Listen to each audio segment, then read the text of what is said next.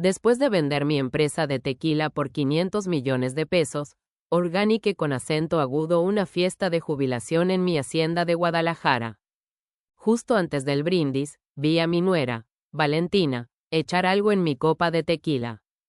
Cuando nadie miraba, la cambié en silencio, por la de su madre, Dolores. Y a los pocos minutos, ella empezó a convulsionar. Me alegra que estés bien aquí. Si estás viendo este video, por favor da like. Suscríbete y dime desde dónde estás viendo. Mientras comparto la historia de venganza de mi vida.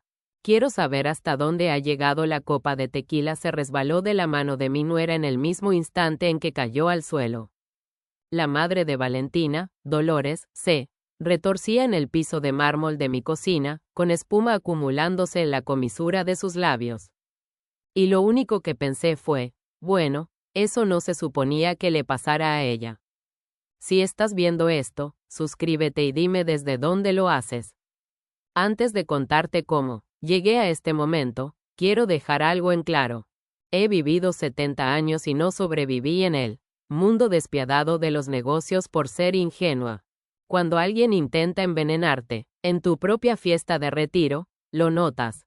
Sobre todo si esa persona te ha estado mirando la cuenta bancaria como una hambrienta. Mira, un banquete 2 horas antes. Mi cocina estaba llena de risas y celebración. Recién había vendido mi tequilera, el Agave de Oro, en 500 millones de pesos.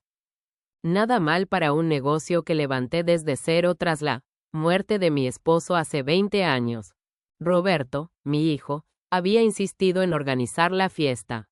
Mamá, te mereces celebrarlo, me dijo con esos ojos cafés tan sinceros que parecían esforzarse de más. Deja que Valentina se encargue de todo. Tú solo relájate y disfruta. Debí sospechar que algo andaba mal cuando Valentina se ofreció a ser la anfitriona. La misma mujer que siempre se quejaba de meter los platos al lavavajillas de repente se había convertido en Martha Stewart, acomodando flores y puliendo copas como si le fuera la vida en ello, lo cual, al final, probablemente era cierto. La fiesta estaba muy bonita.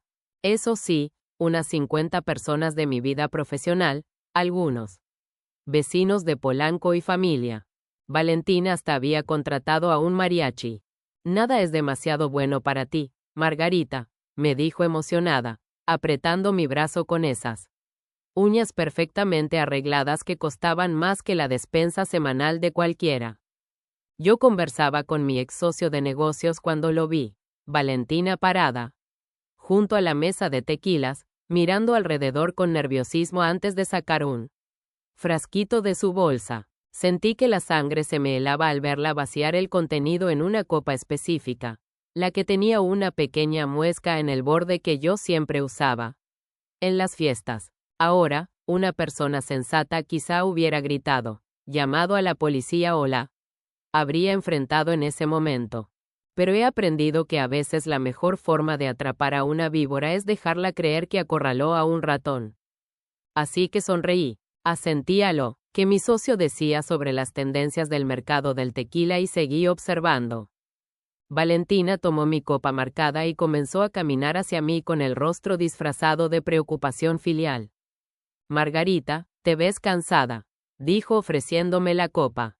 Toma un tequila, te lo ganaste. Recibí la copa, le agradecí con cariño y esperé unos 10 minutos. Después, cuando ella estaba distraída, presumiendo su nuevo collar de diamantes a los vecinos, discretamente intercambié las copas con su madre, Dolores, que estaba cerca. Algo perdida, sin bebida en la mano. Dolores siempre había sido un poco despistada. Pobrecita. Ella tomó el vaso más cercano sin pensarlo. Justo el que yo había dejado al lado de su bolsa. En menos de 5 minutos ya estaba elogiando lo curioso del sabor del tequila y preguntando si lo había encargado de algún lugar especial. Lo demás, como suele decirse, pasó demasiado rápido.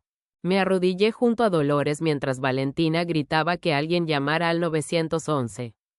Su actuación de angustia y desesperación, casi convincente, casi. El problema de ser asesina es que el pánico real y el fingido se distinguen con facilidad cuando sabes qué detalles observar. ¿Qué pasó?, exigió mi hijo Roberto, abriéndose paso entre el grupo que se había formado. Su rostro estaba pálido, pero alcancé a notar algo más en su expresión. Una mirada fugaz hacia Valentina, que duró apenas un instante. Demasiado. No lo sé, sollozó Valentina, agarrándome del brazo. Simplemente se desplomó. Un minuto estaba bien y al siguiente, señaló sin rumbo a su madre, que ahora estaba inconsciente, pero aún respiraba. Gracias a Dios los paramédicos llegaron en minutos mientras trabajaban con Dolores y la subían a una camilla. Me descubrí analizando el rostro de mi hijo. 32 años de maternidad me habían enseñado a leer sus estados de ánimo como si fueran el clima y en ese momento lo veía como a un hombre observando cómo sus planes, meticulosamente armados, se derrumbaban en tiempo real. ¿A qué hospital la llevan?, pregunté al paramédico principal. Hospital Puerta de Hierro. Es familia, amiga, cercana, respondí mirando de reojo a Valentina, demasiado ocupada, hiperventilando para darse cuenta. Lo sigo en mi coche. Roberto se adelantó de inmediato. Mamá, no, hace falta que hagas eso. Nosotros nos encargamos. Quédate aquí y recoge lo de la fiesta. Qué atentos, mantener a la posible testigo en casa mientras descifraba qué salió mal en su pequeño plan. Tonterías, contesté con firmeza. Dolores es casi de la familia. Voy con ella. Agarré mi bolso y las llaves antes de que alguien pudiera objetar. Ya en el hospital, me aseguré de permanecer lo suficientemente cerca para escuchar las conversaciones del personal médico. El estado de Dolores quedó registrado como envenenamiento agudo, causa desconocida. El doctor mencionó a la enfermera algo sobre alcaloides vegetales, bastante específico como para sospechar que alguien había investigado bien sobre toxinas imposibles de rastrear. Valentina iba de un lado a otro en la sala de espera, sus tacones de diseñador repiqueteando contra el piso de linóleo como un metrónomo, marcando la ansiedad. Roberto permanecía rígido en una silla de plástico, su teléfono vibrando sin parar con mensajes que parecía reacio a contestar. Esto es horrible, repitió Valentina por quinta vez. Pobre mamá, no entiendo cómo pasó esto. Le di una palmada en el hombro con compasión. Estas cosas suelen ser un misterio, querida. Estoy segura de que los doctores descubrirán la causa. Luego añadí con aparente naturalidad. ¿Sabes qué? Suerte que no bebió mucho de ese tequila. Apenas alcanzó a dar unos tragos antes de desplomarse. El paso de Valentina vaciló apenas perceptiblemente. Tequila, ¿crees que el tequila provocó esto? Punto. Ah, estoy segura de que no es nada, contesté haciendo un gesto con la mano, como quien quita importancia. Solo la mente de una anciana buscando conexiones donde no las hay. Pero el rostro de Valentina se tornó más pálido y sus manos temblaban un poco cuando tomó su taza de café. Roberto seguía nuestra charla con la atención de un halcón observando ratones. 3 horas después, un médico salió para decirnos que Dolores estaba estable, aunque debía quedarse en observación. Los estudios no dieron resultados claros, dijo, pero lo que hubiera ingerido se estaba eliminando poco a poco de su organismo. ¿Podemos verla?, preguntó Valentina. Solo la familia y está sedada. Mejor regresen mañana. Al salir del hospital, Roberto me acompañó hasta mi carro. Mamá, ¿por qué no te quedas con nosotros esta noche? Después de lo que pasó, me sentiría más tranquilo si no estuviera sola. ¿Qué detalle? No, especialmente considerando que la pequeña emergencia médica de Dolores seguramente los tenía preguntándose si yo sospechaba algo. Y la respuesta era sí. Claro que lo hacía, pero todavía no necesitaban saberlo. Es muy lindo de tu parte, hijo, pero estaré bien. ¿Recuerdas que tengo ese nuevo sistema de seguridad? Punto. Le di un beso en la mejilla y subí al coche mirando por el retrovisor como él y Valentina tenían lo que parecía una charla urgente en susurros en el estacionamiento. Ya en casa, me serví una verdadera copa de tequila de una botella recién abierta por su puesto, y me acomodé en mi estudio. Era hora de averiguar qué planeaba mi querida familia para mí, y más importante aún, qué pensaba hacer yo al respecto. Pasé la noche haciendo algo en lo que me había vuelto experta después de 45 años en los negocios. Investigar, no del tipo que se hace con computadoras o bases de datos, sino con la memoria clara y la mente desconfiada. El envenenamiento de Dolores no fue, al azar y mucho menos un accidente. Alguien había planeado matarme en mi propia fiesta, seguramente queriendo que pareciera un infarto o un derrame cerebral a los 70. Esas cosas pasan. Nadie cuestiona que el corazón de una mujer exitosa falle por el estrés de vender lo que construyó en toda una vida. ¿Pero por qué? Esa era la pregunta de los 500 millones de pesos, ¿verdad? A las 5 de la mañana me preparé un café de olla y me senté en la mesa de la cocina con un bloc legal, escribiendo todo lo que sabía sobre la situación financiera de Roberto y Valentina. No fue nada bonito. La firma de arquitectura de Roberto llevaba años tambaleando desde la recesión y el negocio de joyería de Valentina no era más que un pasatiempo caro sin dejar ganancias reales. Vivían bien, demasiado bien para lo que realmente entraba a su casa. La hipoteca de esa casota en Lomas de Chapultepec triplicaba lo que en verdad podían pagar el BMW y el Mercedes que lucían. En la cochera ni siquiera estaban liquidados. Con decir que solo los gastos de compras de Valentina podían sostener el presupuesto educativo de un país pequeño, yo lo sabía. Apoyado, claro, ¿qué madre no lo haría? Unos miles aquí y allá. Cuando Roberto se quejaba de que estaban cortos de dinero, el enganche de la casa, cuando Valentina lloraba porque quería formar familia en el barrio adecuado, las colegiaturas privadas de Sofía, cuando aseguraban que la escuela pública no era suficiente. Revisando mis chequeras caí en cuenta de que en 5 años les había dado casi 4 millones de pesos en regalos. Así, los llamaba yo, inversiones en su felicidad. Nunca préstamos porque eso habría sido de mal gusto.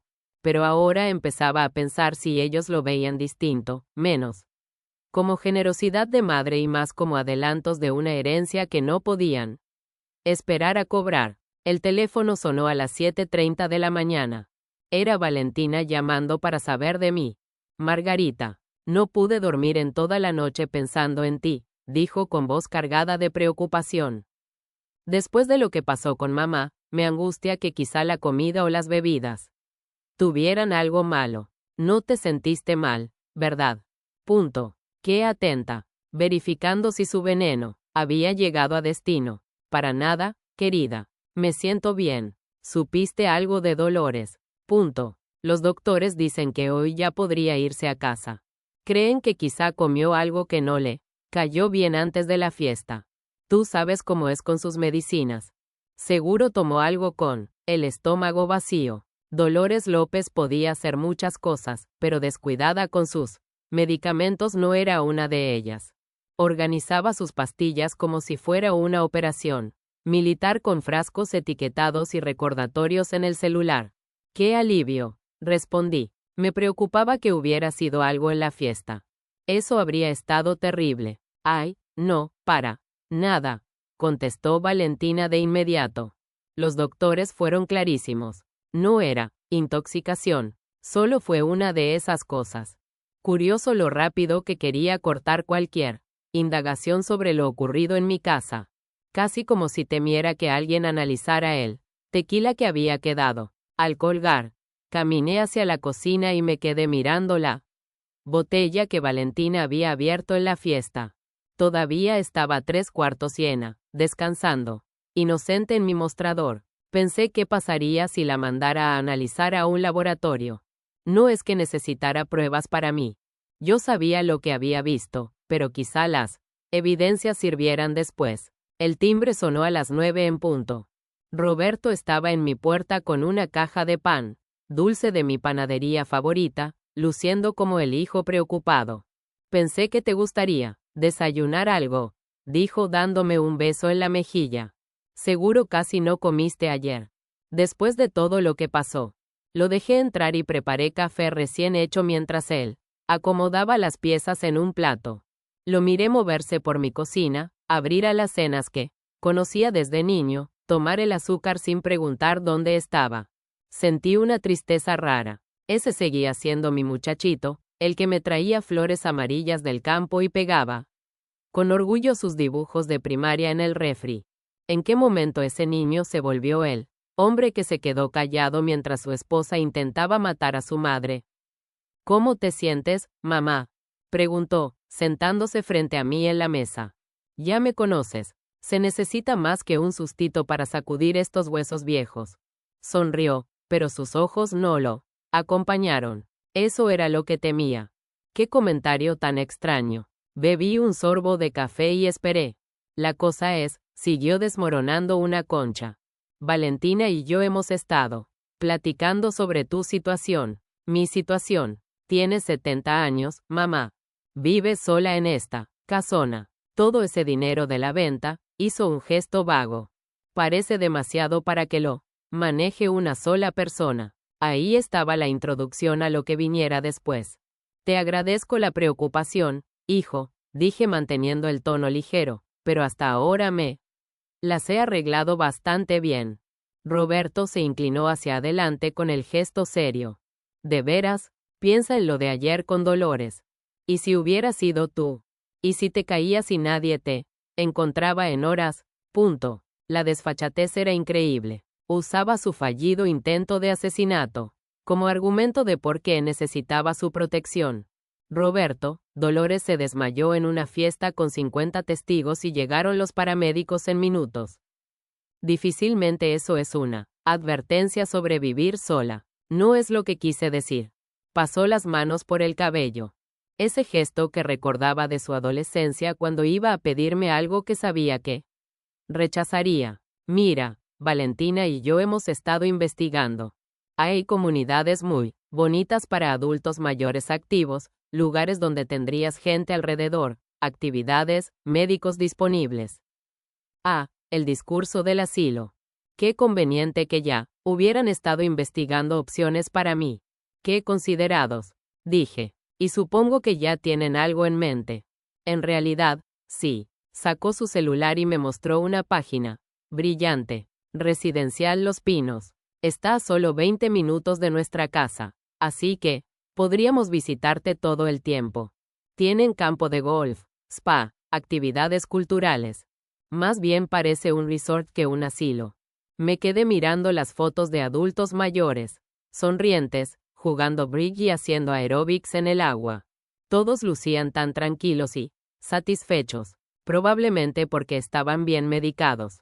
Lo único, continuó Roberto, es que normalmente hay lista de espera, pero si alguien quisiera entrar de inmediato tendría que pagar la cuota completa por adelantado.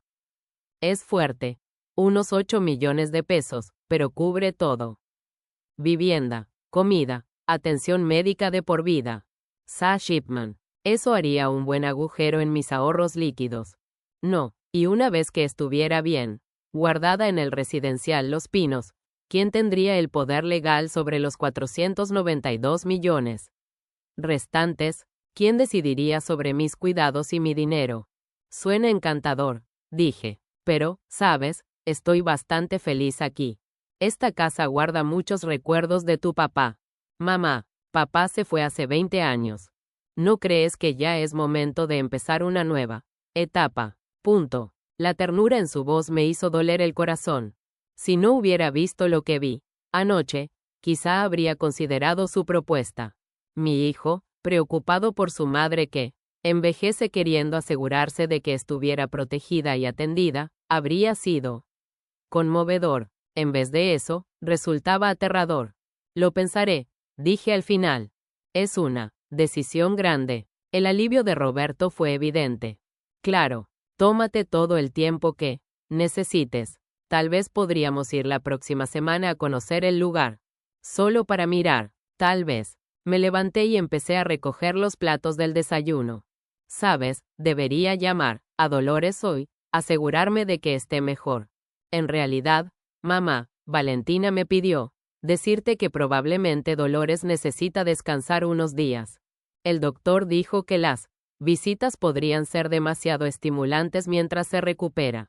Qué conveniente. Mantenerme lejos de la víctima hasta que la evidencia salga de su cuerpo y no recuerde bien los detalles. Después de que Roberto se fue, me senté en mi estudio y pensé en él.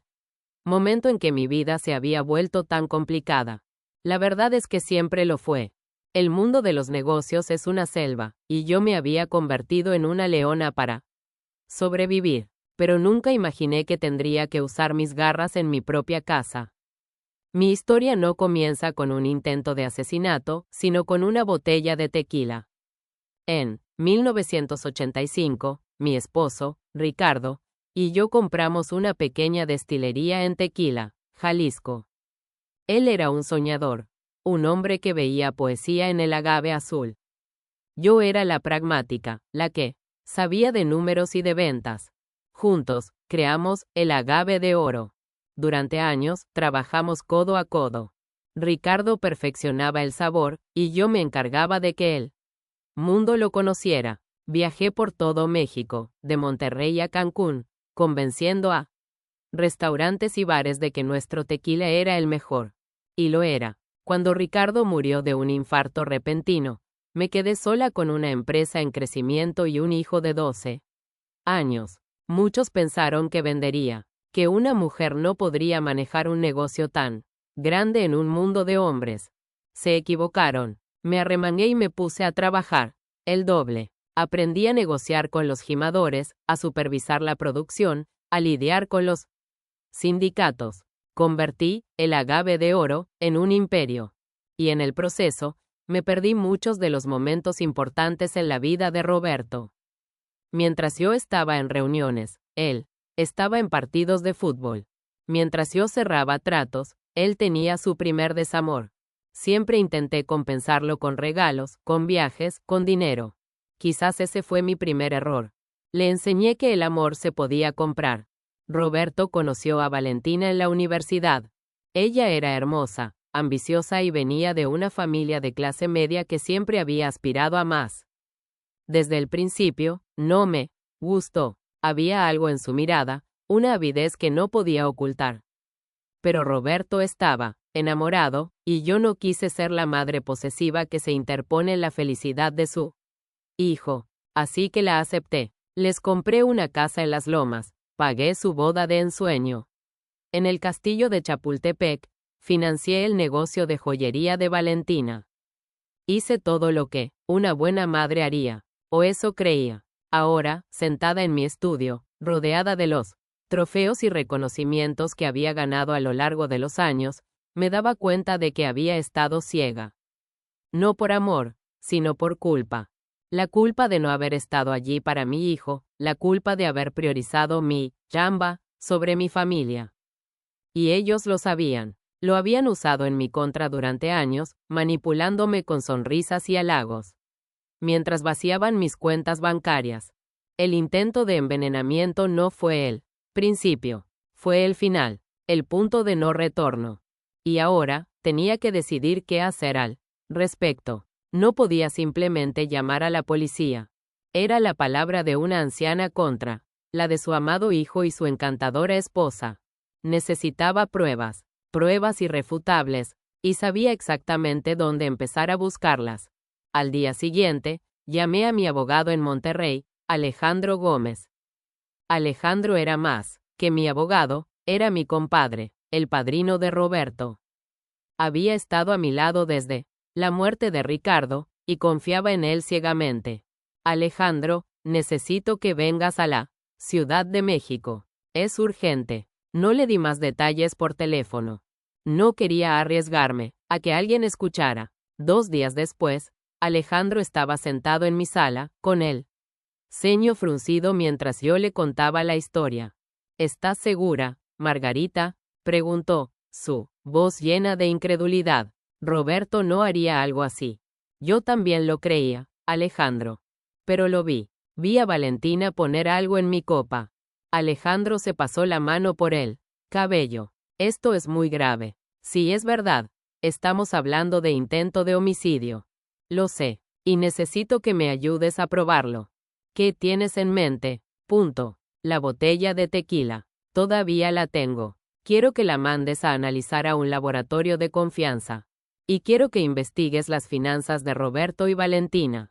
Quiero saber hasta el último centavo que deben. Alejandro asintió lentamente. Lo haré. Pero tienes que tener cuidado, Margarita. Si sospechan que sabes algo, podrían intentar algo más. No te preocupes por mí, compadre. He lidiado con tiburones toda mi vida. Estos dos son solo pirañas. Mientras Alejandro se encargaba de la investigación, yo me dediqué a jugar el papel de la abuela cariñosa y despistada. Los llamaba todos los días para saber cómo estaban, les preguntaba por mi nieta, Sofía. Incluso acepté ir con ellos a visitar el residencial Los Pinos. El lugar era tan lujoso como lo habían descrito. Jardines impecables, albercas climatizadas, un campo de golf de 9 hoyos. Parecía más un hotel de 5 estrellas que un asilo. Mientras el director nos daba un recorrido, yo observaba a Roberto y Valentina. Estaban tan emocionados, tan ansiosos por venderme la idea. Mira, mamá, hasta tienen un cine, decía Roberto. Y clases de yoga, añadía Valentina. Serías tan feliz aquí. Yo solo sonreía y asentía. Es muy bonito, de verdad. Pero es una decisión muy grande. Tengo que pensarlo. En el camino de regreso, pasamos por una paletería y les invité un helado. Mientras Sofía disfrutaba de su paleta de fresa, yo los miraba a los ojos. Saben, he estado pensando mucho en mi testamento últimamente, dije casualmente. Con todo, este dinero de la venta, quiero asegurarme de que todo esté en orden. Vi cómo se tensaban. Mamá, no tienes que pensar en eso ahora, dijo Roberto. Claro que sí, hijo. A mi edad, uno nunca sabe. Y quiero ser justa con todos. Hice una pausa y luego añadí. Estaba pensando en dejarle la mitad de mi fortuna a Sofía, en un fideicomiso que no pueda tocar hasta que cumpla 30 años. Y la otra mitad, a obras de caridad.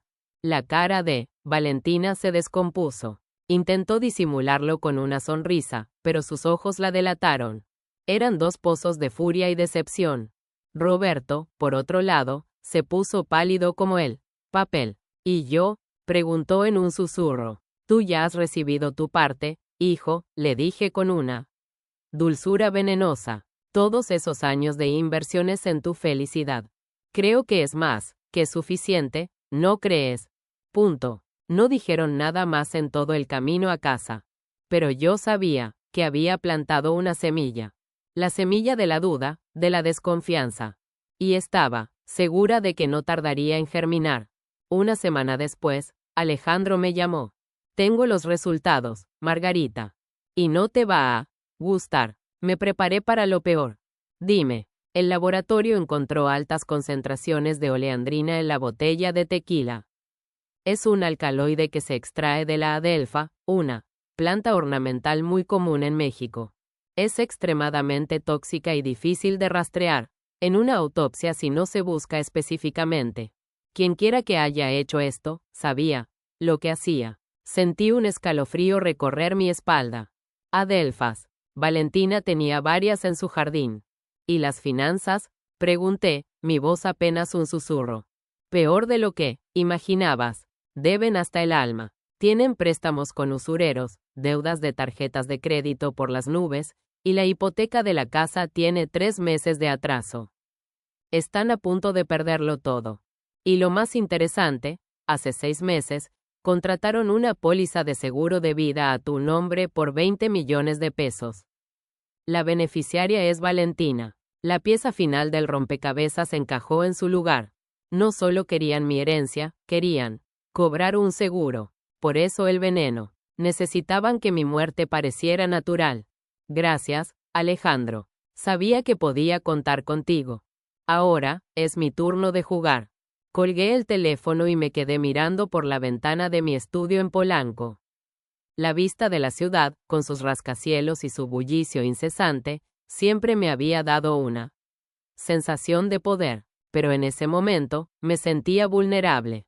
Mi propio hijo, mi sangre, había conspirado para matarme. La tristeza amenazó con abrumarme, pero la aparté. No era momento para la debilidad. Era momento para la acción. Tenía que ser más inteligente, más astuta, más despiadada que ellos. Tenía que convertirme en la leona, que había sido en el mundo de los negocios, pero esta vez, la presa era mi propia familia. Mi plan era simple, pero diabólico. Jugaría con su codicia, su desesperación. Los haría creer que habían ganado, para luego arrancarles la alfombra de debajo de los pies. Al día siguiente, los llamé. Roberto, Valentina, he estado pensando en lo que hablamos, dije. Con voz temblorosa. Creo que tienen razón. Estoy vieja, estoy cansada. No puedo manejar todo esto sola. He decidido mudarme al residencial Los Pinos. Al otro lado de la línea, hubo un silencio de asombro, seguido de un torrente de exclamaciones de alegría. Mamá, qué buena noticia, dijo Roberto. No te arrepentirás, añadió Valentina. Perfecto, dije. Pero tengo una condición. Quiero que me ayuden a organizar mis finanzas antes de irme. Hay tantos papeles, tantas inversiones. No entiendo nada de eso. Y, por supuesto, les pagaré por su tiempo y esfuerzo. Digamos, 1 millón de pesos a cada uno. Punto. El silencio que siguió fue aún más elocuente que el anterior. Podía oírlos jadear. 1 millón de pesos. Para ellos, era un salvavidas. Claro, mamá, lo que necesites, dijo Roberto, su voz ronca por la emoción.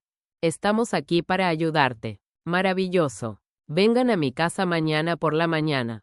Y traigan a un notario de su confianza. Quiero que todo sea legal y transparente. Al día siguiente, a las 10 en punto, Roberto y Valentina llegaron a mi casa, acompañados de un hombre de aspecto grasiento que presentaron como el notario. Yo los recibí con una sonrisa cálida y los invité a pasar a mi estudio. Sobre mi escritorio, había una pila de carpetas y documentos. Aquí está todo, dije, haciendo un gesto hacia el desorden. Mis acciones, mis bonos, mis propiedades.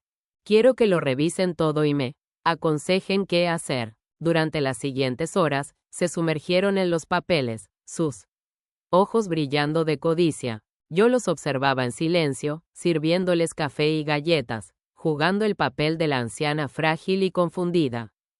A mediodía, hice una pausa. Estoy un poco cansada, dije. ¿Por qué no nos tomamos un descanso para almorzar? Pedí unos tacos de cochinita pibil de mi lugar favorito. Mientras comíamos, volví a sacar el tema de mi testamento. He reconsiderado mi decisión, dije, mirándolos a los ojos. Creo que tienen razón. La familia es lo primero. Voy a cambiar mi testamento y dejarles todo a ustedes. A ti, Roberto, como mi único hijo. Y a ti, Valentina, por ser la esposa maravillosa que eres. Las lágrimas brotaron de los ojos de Valentina. Oh, Margarita, no sabes lo feliz que me haces. Roberto, por su parte, se levantó y me abrazó. Gracias, mamá. Te prometo que cuidaremos bien de ti y de tu legado. Lo sé, hijo, lo sé. Después del almuerzo, volvimos al estudio. Bueno, creo que es hora de firmar los papeles, dije. Notario, está todo listo.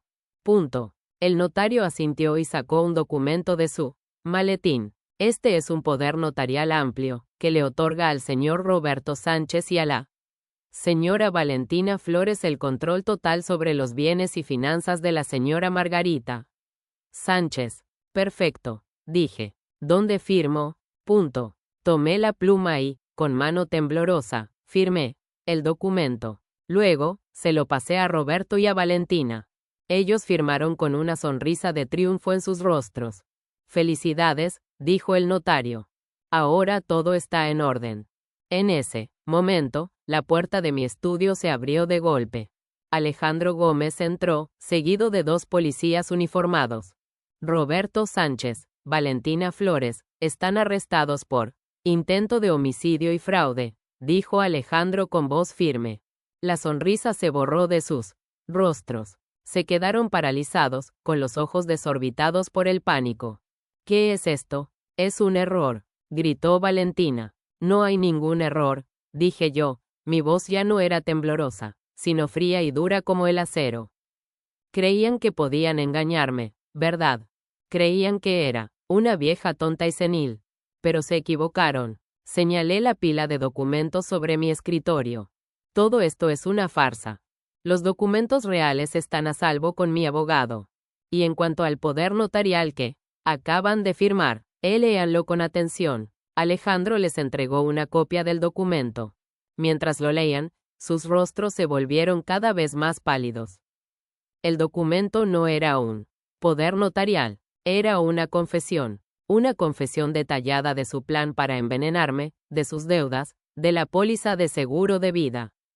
Y lo habían firmado, delante de un notario, que, en realidad, era un actor que yo había contratado. Y con 2 policías como testigos. Jaque mate, dije con una sonrisa. Valentina se desmayó. Roberto, por su parte, se dejó caer en una silla, con la cabeza entre las manos, sollozando. Los policías los esposaron y se los llevaron. Mientras los veía alejarse, no sentí ni una pizca de compasión. Solo un frío y amargo alivio. La batalla había terminado. Y yo había ganado. Los meses que siguieron fueron un torbellino de procedimientos legales. El juicio fue un escándalo en los círculos sociales de la Ciudad de México. La historia de la matriarca del tequila que había sido traicionada por su propio hijo y su nuera acaparó los titulares de todos los periódicos. Roberto y Valentina fueron declarados culpables y sentenciados a 20 años de prisión. La Casa de las Lomas fue embargada, junto con todas sus posesiones. Lo perdieron todo. Yo, por mi parte, recuperé el control total de mi vida y de mi fortuna. Vendí la casa de Polanco, con todos sus dolorosos recuerdos, y me compré un lujoso apartamento en San Pedro Garza García, en Monterrey, para estar más cerca de Alejandro y su familia. También creé un fideicomiso para mi nieta, Sofía, asegurándome de que tuviera todo lo que necesitara en la vida, pero también de que aprendiera el valor del trabajo y del dinero. Y, por supuesto, doné una gran parte de mi fortuna a obras de caridad, especialmente a organizaciones que ayudan a las personas mayores que han sido víctimas de abuso. Ahora, a mis 72 años, vivo una vida tranquila y pacífica. Mis días transcurren entre reuniones de juntas directivas de las organizaciones que apoyo, comidas con amigos y viajes por el mundo. A veces, pienso en Roberto y Valentina, pudriéndose en una celda. Y aunque una pequeña parte de mí todavía siente el dolor de la traición, la mayor parte de mí siente una profunda satisfacción. La satisfacción de saber que hice lo correcto. La satisfacción de saber que me defendí a mí misma y a mi legado. La satisfacción de saber que, al final, la justicia prevaleció. Mi historia es una advertencia para todos aquellos que subestiman a los mayores. Podemos ser viejos, pero no somos tontos. Podemos ser frágiles, pero no somos débiles. Y si nos provocan, podemos ser tan feroces como cualquier león. Así que, la próxima vez que veas a una anciana, no la veas con lástima o condescendencia. Mírala con respeto, porque nunca sabes la fuerza que se esconde detrás de esas arrugas, y nunca sabes las batallas que ha tenido que librar. Yo libré la mía, y gané, y esa, mis amigos, es la mejor venganza de todas. La vida, después de la tormenta, encontró una calma que no recordaba. Los primeros meses en Monterrey fueron de adaptación. Cambié el bullicio incesante de la capital por la majestuosidad del Cerro de la Silla. Mi nuevo apartamento, con vistas panorámicas a la ciudad, se convirtió en mi santuario. Contraté a una joven diseñadora de interiores, egresada del TEC de Monterrey, para que le diera un toque moderno y minimalista, muy diferente a la opulencia clásica de mi antigua casa. Quería un espacio que reflejara mi nueva vida, limpia, ordenada y sin fantasmas del pasado. Alejandro y su esposa, Elena, me acogieron como a un miembro más de su familia. Cenábamos juntos al menos 2 veces por semana, y sus hijos, ya adolescentes, me llamaban tía Margarita. Me contaban sus problemas de la escuela, sus primeros amores, y yo les daba consejos que nunca pude darle a mi propio hijo. Encontré en ellos la familia que la sangre me había negado. Un día, mientras tomaba un café en el barrio antiguo, recibí una carta. Era de Sofía. Su caligrafía, aún infantil, llenaba la página de preguntas y de anécdotas de su nueva vida. Después del escándalo, Dolores, su abuela materna, había obtenido su custodia y se habían mudado a un barrio más modesto. Sofía me contaba que extrañaba su antigua escuela, pero que había hecho nuevos amigos. Me preguntaba por qué sus papás estaban de viaje por tanto tiempo. El corazón se me encogió. ¿Cómo explicarle a una niña de 10 años que sus padres habían intentado asesinar a su abuela por dinero? Decidí que, por ahora, la verdad era una carga demasiado pesada para sus pequeños hombros. Le respondí con una larga carta, llena de historias de mis viajes, de fotos de animales exóticos y de promesas de que pronto nos veríamos. Le envié un cheque, generoso a Dolores, con una nota que decía, para la educación de Sofía. No dejes que le falte nada. Sabía que el dinero no podía comprar el amor de una madre o un padre, pero podía asegurar que mi nieta tuviera un futuro brillante. Y eso, para mí, era lo más importante. Con el tiempo, empecé a involucrarme más en la comunidad empresarial de Monterrey. Me invitaron a formar parte de varios consejos de administración, donde mi experiencia y mi olfato para los negocios eran muy valorados. Descubrí que todavía tenía mucho que ofrecer, que mi mente, a pesar de mi edad, seguía siendo tan aguda como siempre. Un día, un joven emprendedor se me acercó después de una reunión. Tenía una idea para una nueva marca de mezcal artesanal, pero no tenía el capital para empezar. Me recordó a Ricardo, con su misma pasión y sus mismos sueños. Decidí invertir en su proyecto. Me convertí en su mentora, en su socia, en su comadre. Juntos, creamos Corazón de Maguey, una marca que rápidamente se convirtió en un éxito. Volví a hacer lo que más me gustaba, construir, crear, triunfar. Pero esta vez, lo hacía a mi manera, sin sacrificar mi vida personal. Aprendí que el equilibrio era posible, que se podía ser una mujer de negocios exitosa y, al mismo tiempo, una amiga, una tía, una mentora. Los años pasaron. Sofía creció y se convirtió en una joven brillante y compasiva. Estudió Derecho en la UNAM, como yo le había sugerido, y se especializó en derechos humanos. A menudo me llamaba para pedirme consejos sobre sus casos, y yo la escuchaba con orgullo. Nunca le conté toda la verdad sobre sus padres. Creo que, en el fondo, ella siempre supo que había algo oscuro en su pasado, pero nunca me preguntó directamente, y yo respeté su silencio. Quizás, algún día, cuando fuera mayor y más fuerte, tendríamos esa conversación. O quizás no, quizás algunas heridas es mejor no abrirlas. Una tarde, mientras revisaba los estados de cuenta de mis inversiones, me topé con un nombre que me heló la sangre: Residencial Los Pinos. La comunidad de retiro de lujo a la que Roberto y Valentina habían querido enviarme.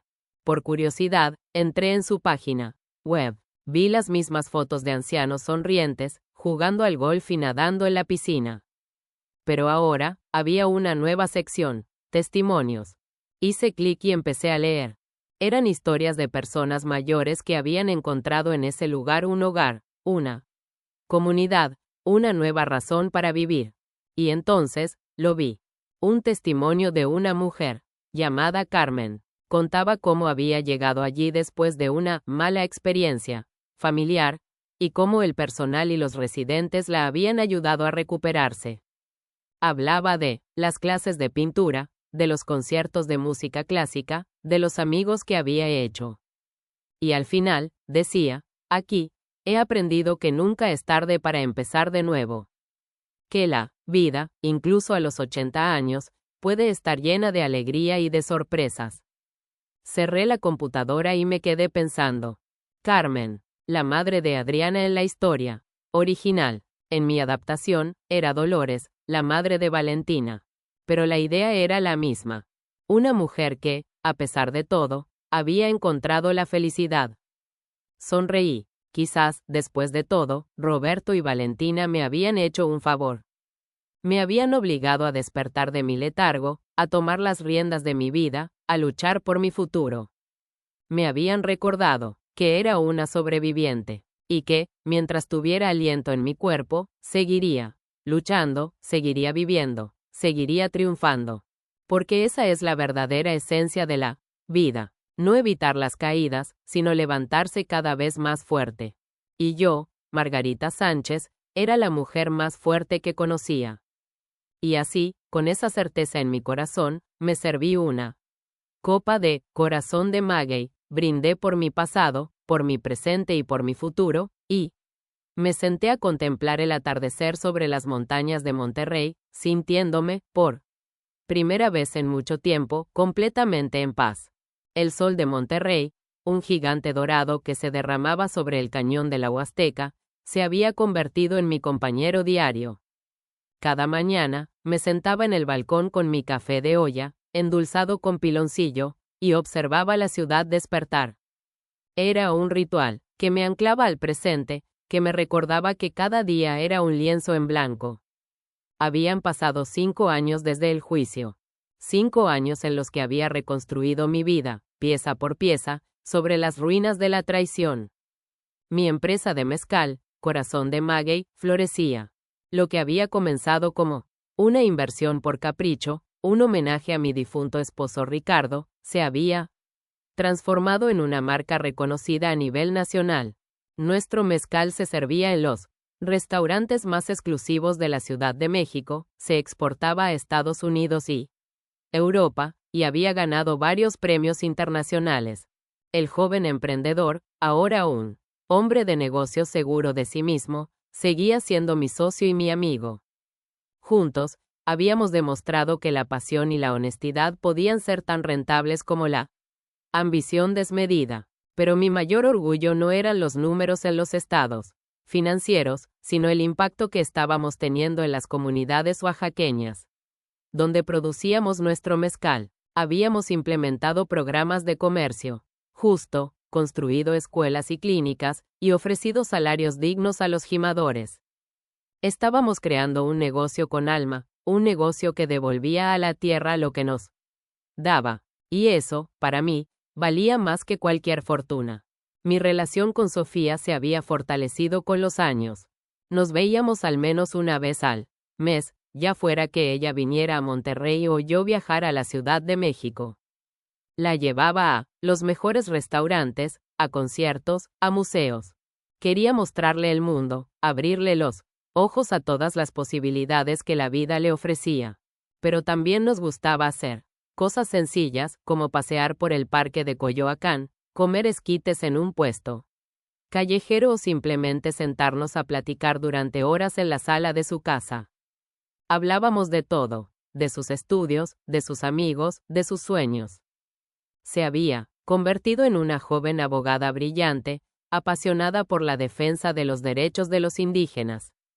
A menudo me contaba historias de las comunidades que visitaba, de la injusticia que veía, de su frustración ante la burocracia y la corrupción. Y yo la escuchaba, con una mezcla de orgullo y de preocupación. Veía en ella el mismo fuego que yo había tenido a su edad, la misma sed de justicia. Pero también sabía lo peligroso que podía ser ese camino en un país como México. Un día, durante una de mis visitas, me atreví a preguntarle: Sofía, ¿alguna vez piensas en tus padres? Punto. Ella se quedó en silencio por un momento, revolviendo su taza de café. Luego, levantó la vista y me miró directamente a los ojos. Todos los días, abuela. Todos los días. Su respuesta me sorprendió por su honestidad. ¿Y qué piensas?, le pregunté, con cautela. Pienso en la niña que fui, en la vida que tenía. Pienso en el dolor que me causaron, pero también pienso en ellos, solos en una celda. Y me pregunto si alguna vez se arrepienten. ¿Tú crees que lo hacen?, le pregunté. Ella se encogió de hombros. No lo sé. A veces, quiero creer que sí. Que en algún lugar, en el fondo de su corazón, queda algo de la gente que una vez amé. Pero luego, recuerdo lo que te hicieron. Y la ira vuelve a encenderse. Es natural sentir ira, querida. Lo que te hicieron fue imperdonable. Lo sé, pero no quiero que la ira me consuma. No quiero convertirme en ellos. Quiero ser mejor. La abracé con fuerza. En ese momento, supe que Sofía estaría bien.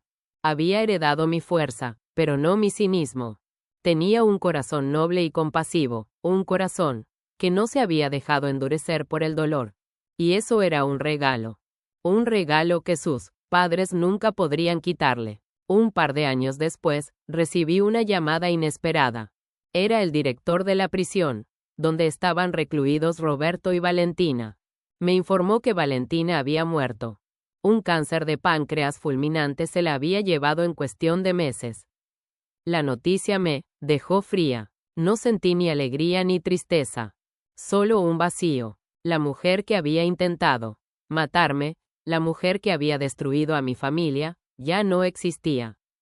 Era como si un capítulo de mi vida se hubiera cerrado de golpe, sin un punto final claro. El director me preguntó si quería reclamar el cuerpo. Dije que no, que se lo entregaran a su madre, Dolores. Ella era la única familia que le quedaba. Unos días después, recibí una carta de Roberto. Era la primera vez que me escribía en todos esos años. Su caligrafía, antes tan firme y segura, ahora era temblorosa e irregular. Me contaba que la muerte de Valentina lo había destrozado, que se sentía solo y perdido. Me pedía perdón, me pedía que lo visitara. Solo quiero verte una vez más, mamá. Solo quiero pedirte perdón en persona. Leí la carta una y otra vez. Una parte de mí, la madre, que todavía vivía en algún rincón de mi corazón, quería ir. Quería ver a mi hijo, abrazarlo, decirle que lo perdonaba. Pero la otra parte, la mujer que había sobrevivido a su traición, sabía que era una trampa. Una trampa emocional, una última manipulación. Rompí la carta en 1000 pedazos y la tiré a la basura. Mi perdón no le serviría de nada. No lo redimiría. Solo le daría una falsa sensación de paz. Y yo no estaba dispuesta a dársela. Algunas heridas, por mucho que se limpien, nunca sanan del todo. Y la herida que Roberto me había infligido era una de ellas. La vida siguió su curso. Sofía se casó con un joven abogado que compartía su pasión por la justicia social. Tuvieron 2 hijos, mis bisnietos, que llenaron mi vida de una nueva alegría. Me convertí en la abuela consentidora que nunca había sido. Les contaba cuentos, les horneaba galletas, los malcriaba con regalos. En sus risas, encontraba la redención. En sus ojos, veía el futuro. Un futuro que yo había ayudado a construir. Un futuro libre de la sombra de la codicia y la traición. Ahora, a mis 85 años, miro hacia atrás y veo un camino largo y sinuoso. Un camino lleno de triunfos y de fracasos, de alegrías y de tristezas. He amado y he perdido. He construido imperios y los he visto desmoronarse.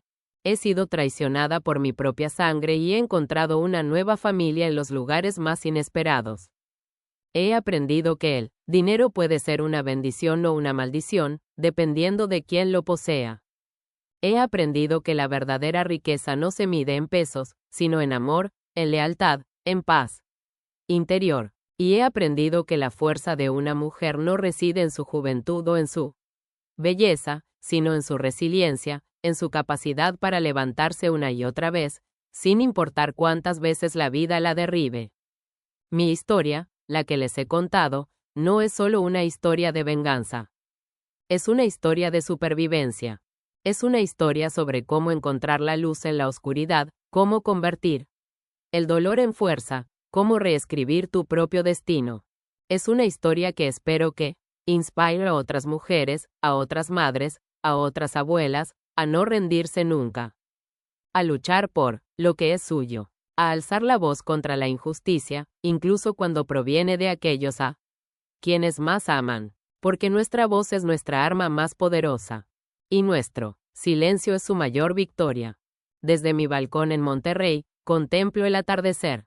El cielo se tiñe de tonos anaranjados y morados, pintando un cuadro de una belleza efímera. Pienso en Margarita, la mujer que fui. Pienso en la mujer que soy ahora. Y sonrío, porque sé que, a pesar de todo, he vivido una vida plena. Una vida con propósito. Una vida a mi manera. Y al final del día, eso es todo lo que importa.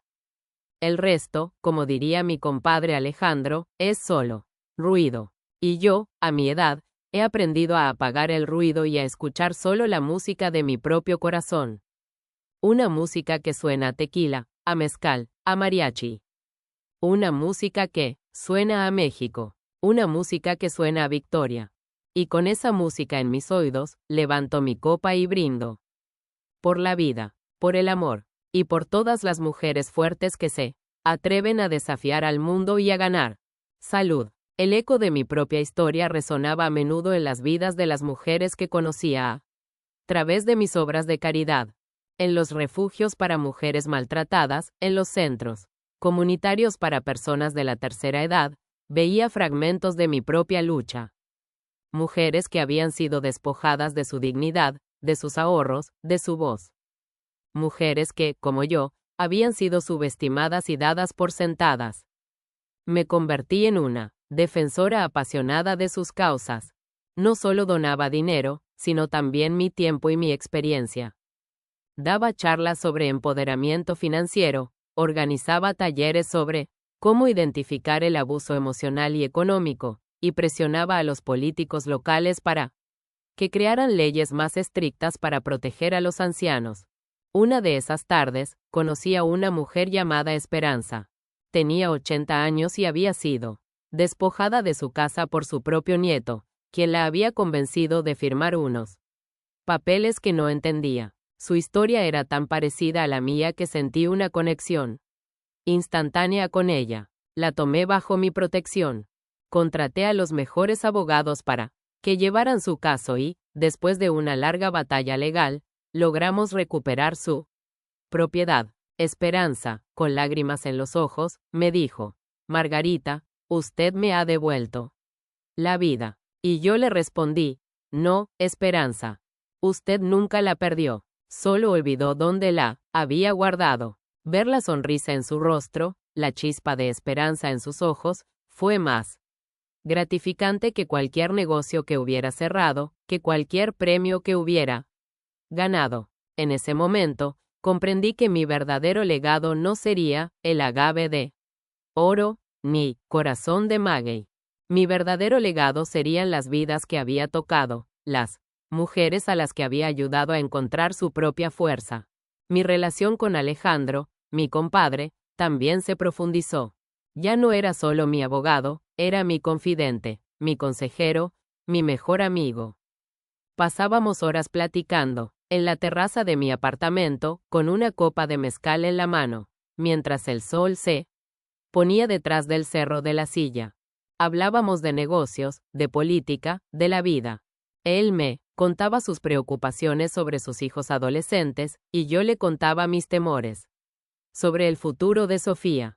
Nos reíamos de nuestras viejas anécdotas, de los tiburones con los que habíamos nadado en el mundo de los negocios. Y a veces, en silencio, simplemente contemplábamos la belleza de la ciudad, agradecidos por la paz y la tranquilidad que habíamos encontrado en nuestras vidas. Alejandro fue el ancla que me mantuvo a flote en los momentos más oscuros. Fue el hermano que nunca tuve. Y su amistad fue uno de los regalos más preciados que la vida me dio. La vejez, descubrí, no era una sala de espera para la muerte, como muchos la pintan. Era una nueva etapa, con sus propios desafíos y sus propias recompensas. Mi cuerpo ya no era el de antes. Las arrugas surcaban mi rostro como los ríos secos en un mapa antiguo. Mis articulaciones crujían por las mañanas. Pero mi mente estaba más lúcida que nunca. Mi espíritu, más indomable. Había aprendido a aceptar mis limitaciones, a reírme de mis achaques, a disfrutar de los pequeños placeres de la vida. El sabor de un buen café, el calor del sol en mi piel, el sonido de la risa de mis bisnietos. Había aprendido que la felicidad no es un destino, sino un viaje. Un viaje que se disfruta más cuando se viaja, ligero, sin el peso del rencor o del arrepentimiento. Un día, mientras ordenaba unos papeles viejos, encontré una foto de Ricardo y yo, tomada en nuestra primera destilería en Tequila. Éramos jóvenes, llenos de sueños y de ambiciones. Él me abrazaba por la cintura, y yo reía a carcajadas. Recordé el olor a agave cocido, el sonido de los mariachis en la plaza del pueblo, la sensación de su mano en la mía, y por primera vez en mucho tiempo, lloré. Lloré por el hombre que había amado, por la vida que habíamos construido juntos, por el tiempo que nos habían robado. Pero no eran lágrimas de tristeza, sino de gratitud. Gratitud por haberlo tenido en mi vida. Gratitud por el amor que me había dado. Gratitud por el hijo que me había dejado, a pesar de todo. Porque incluso en la traición de Roberto, había una lección. Una lección sobre los peligros de la ambición desmedida, sobre la fragilidad de los lazos familiares, sobre la importancia de enseñar a nuestros hijos los valores correctos. Una lección que yo había aprendido de la manera más dura, pero que me había convertido en la mujer que era hoy. Cerré la caja de recuerdos y volví al balcón. La noche había caído sobre Monterrey, y la ciudad brillaba con miles de luces, como un collar de diamantes esparcido sobre un terciopelo negro. Pensé en mi vida, en todas sus vueltas y revueltas. Pensé en la niña que había crecido en un pequeño pueblo de Jalisco, soñando con conquistar el mundo. Pensé en la joven que se había abierto paso en un mundo de hombres, a fuerza de coraje y de determinación. Pensé en la madre que había cometido errores, pero que siempre había amado a su hijo con todo su corazón. Pensé en la abuela que había renacido de las cenizas de la traición, más fuerte y más sabia que nunca. Y me di cuenta de que mi vida no era una tragedia, era una epopeya mexicana, con todo su drama, su pasión, su color, una historia digna de ser contada. Y yo, Margarita Sánchez, era su heroína, y con esa última certeza, levanté mi copa hacia las estrellas y brindé. Por mi historia, por mi México. ¡Viva la vida, cabrones! El tiempo, ese viejo amigo que a veces corre y otras camina, había tejido una pátina de serenidad sobre los bordes afilados de mis recuerdos. La historia de mi casi asesinato se había convertido en una anécdota, una leyenda familiar que mis bisnietos escucharían. Algún día, probablemente con la misma incredulidad con la que escuchaban los cuentos de La Llorona. Pero para mí, seguía siendo una brújula, una guía que me recordaba constantemente la delgada línea que separa la confianza de la ingenuidad, el amor de la ceguera. Mi fundación, Renacer, se había convertido en el centro de mi universo. Ya no se trataba solo de ayudar a mujeres como Esperanza a recuperar sus hogares. Habíamos expandido nuestro alcance. Creamos un programa de becas para mujeres jóvenes de bajos recursos que querían estudiar Derecho, Finanzas o Administración de Empresas. Las llamábamos las Leonas de Margarita, y cada una de ellas era un testimonio viviente de que el talento y la determinación no tienen género ni clase social.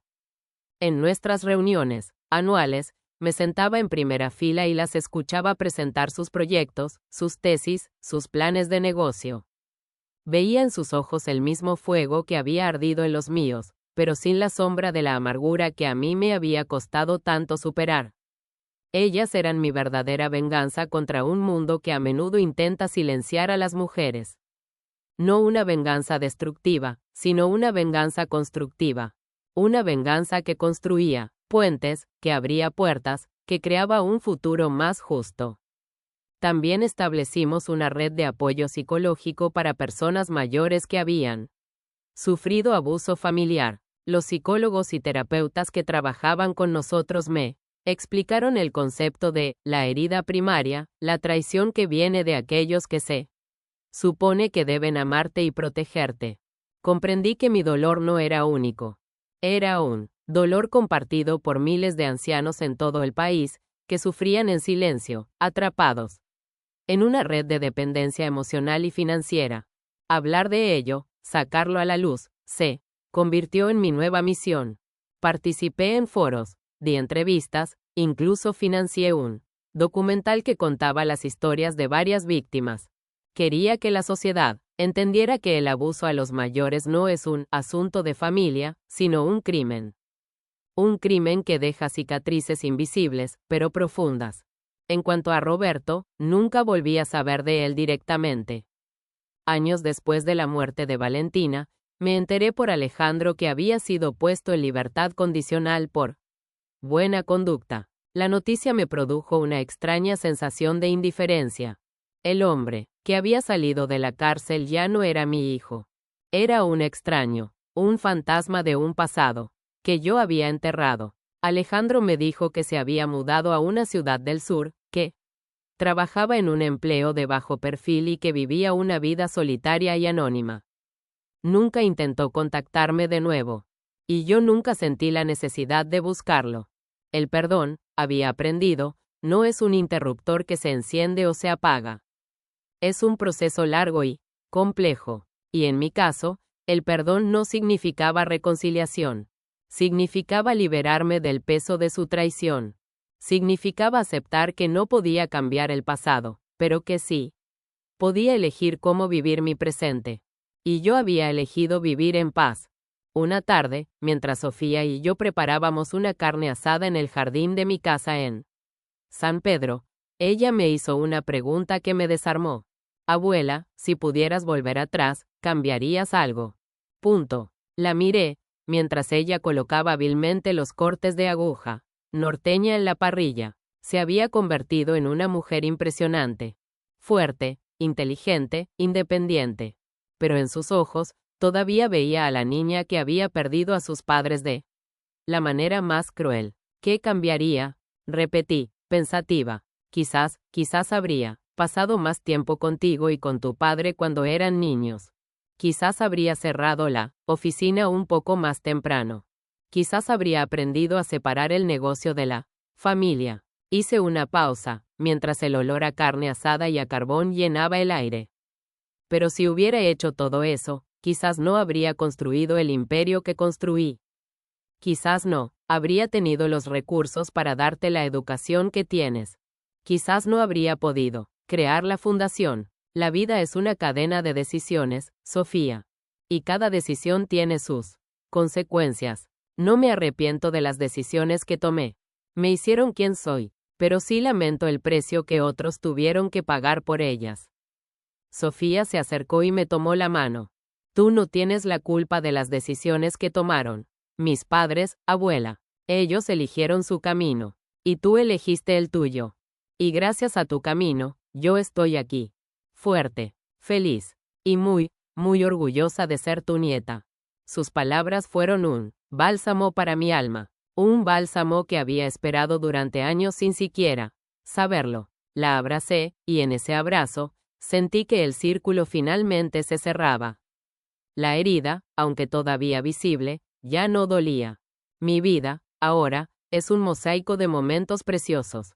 Las risas de mis bisnietos, corriendo por el jardín. Las conversaciones profundas con Sofía sobre el futuro de México. Las cenas tranquilas con Alejandro y su familia. El orgullo de ver a las leonas triunfar. La gratitud en los ojos de las mujeres de renacer. El sabor del mezcal en una noche estrellada. El recuerdo agridulce de un amor perdido. Y la paz. Sobre todo, la paz. La paz de saber que he vivido una vida auténtica. Una vida con propósito. Una vida que, a pesar de sus cicatrices, ha sido hermosa. Y mientras el sol se pone una vez más sobre mi querido Monterrey, levanto mi copa. No con un grito de guerra, sino con un susurro de gratitud. Por todo lo que fue. Por todo lo que es. Y por todo lo que aún está por venir. Porque al final, la mejor venganza no es destruir a tus enemigos. Es construir una vida tan plena y feliz que su existencia se vuelva irrelevante. Y yo, Margarita Sánchez, he construido una catedral. Salud. Así, en el ocaso de mi vida, encontré una verdad fundamental. La familia no siempre es la que nos toca por sangre, sino la que elegimos en el camino. Mi familia eran Alejandro y Elena, eran Sofía y sus hijos, eran las mujeres de mi fundación, eran los jóvenes emprendedores a los que apoyaba. Eran todos aquellos que compartían mis valores de lealtad, trabajo duro y, sobre todo, decencia. La sangre, había aprendido, te hace pariente, pero solo la lealtad y el amor te hacen familia. Y yo estaba rodeada de una familia inmensa y maravillosa, una familia que era mi fortaleza, mi inspiración y mi mayor tesoro. El tequila, el mezcal, los millones, todo eso era secundario. El verdadero elixir de la vida, el verdadero agave de oro, era el amor incondicional y el respeto mutuo. Y de eso, mi copa, al final de mis días, rebosaba. Y con ese pensamiento, el último de una larga vida de batallas y victorias, cerré los ojos, escuchando a lo lejos el son de un mariachi, y, finalmente, descansé en paz. Después de vender mi empresa de tequila por 500 millones de pesos, organiqué con acento agudo una fiesta de jubilación en mi hacienda de Guadalajara. Justo antes del brindis, vi a mi nuera, Valentina, echar algo en mi copa de tequila. Cuando nadie miraba, la cambié en silencio, por la de su madre, Dolores. Y a los pocos minutos, ella empezó a convulsionar. Me alegra que estés bien aquí. Si estás viendo este video, por favor da like. Suscríbete y, dime desde dónde estás viendo. Mientras comparto la historia de venganza de mi vida. Quiero saber hasta dónde ha llegado la copa de tequila se resbaló de la mano de mi nuera en el mismo instante en que cayó al suelo. La madre de Valentina, Dolores, se retorcía en el piso de mármol de mi cocina, con espuma acumulándose en la comisura de sus labios. Y lo único que pensé fue, bueno, eso no se suponía que le pasara a ella. Si estás viendo esto, suscríbete y dime desde dónde lo haces. Antes de contarte cómo llegué a este momento, quiero dejar algo en claro. He vivido 70 años y no sobreviví en el mundo despiadado de los negocios por ser ingenua. Cuando alguien intenta envenenarte, en tu propia fiesta de retiro, lo notas. Sobre todo si esa persona te ha estado mirando la cuenta bancaria como una hambrienta. Mira, un banquete 2 horas antes. Mi cocina estaba llena de risas y celebración. Recién había vendido mi tequilera, el agave de oro, en 500 millones de pesos. Nada mal para un negocio que levanté desde cero tras la muerte de mi esposo hace 20 años. Roberto, mi hijo, había insistido en organizar la fiesta. Mamá, te mereces celebrarlo, me dijo con esos ojos cafés tan sinceros que parecían esforzarse de más. Deja que Valentina se encargue de todo. Tú solo relájate y disfruta. Debí sospechar que algo andaba mal cuando Valentina se ofreció a ser la anfitriona. La misma mujer que siempre se quejaba de meter los platos al lavavajillas de repente se había convertido en Martha Stewart, acomodando flores y puliendo copas como si le fuera la vida en ello, lo cual, al final, probablemente era cierto. La fiesta estaba muy bonita. Eso sí, unas 50 personas de mi vida profesional, algunos vecinos de Polanco y familia. Valentina hasta había contratado a un mariachi. Nada es demasiado bueno para ti, Margarita, me dijo emocionada, apretando mi brazo con esas uñas perfectamente arregladas que costaban más que la despensa semanal de cualquiera.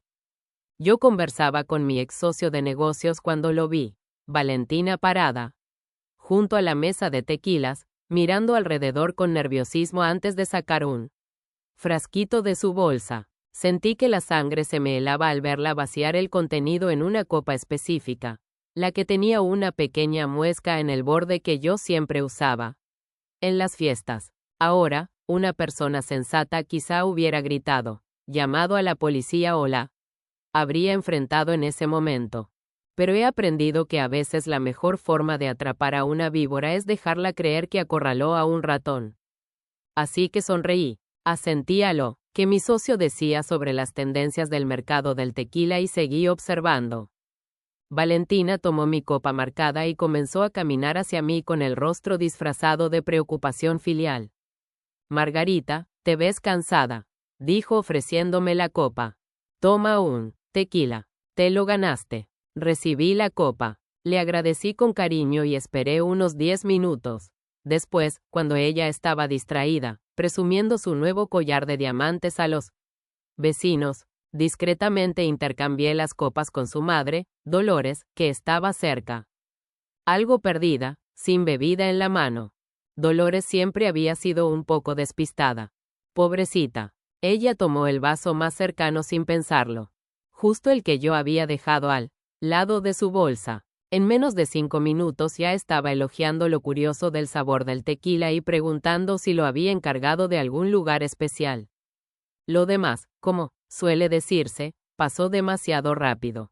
Me arrodillé junto a Dolores mientras Valentina gritaba que alguien llamara al 911. Su actuación de angustia y desesperación, casi convincente, casi. El problema de ser asesina es que el pánico real y el fingido se distinguen con facilidad cuando sabes qué detalles observar.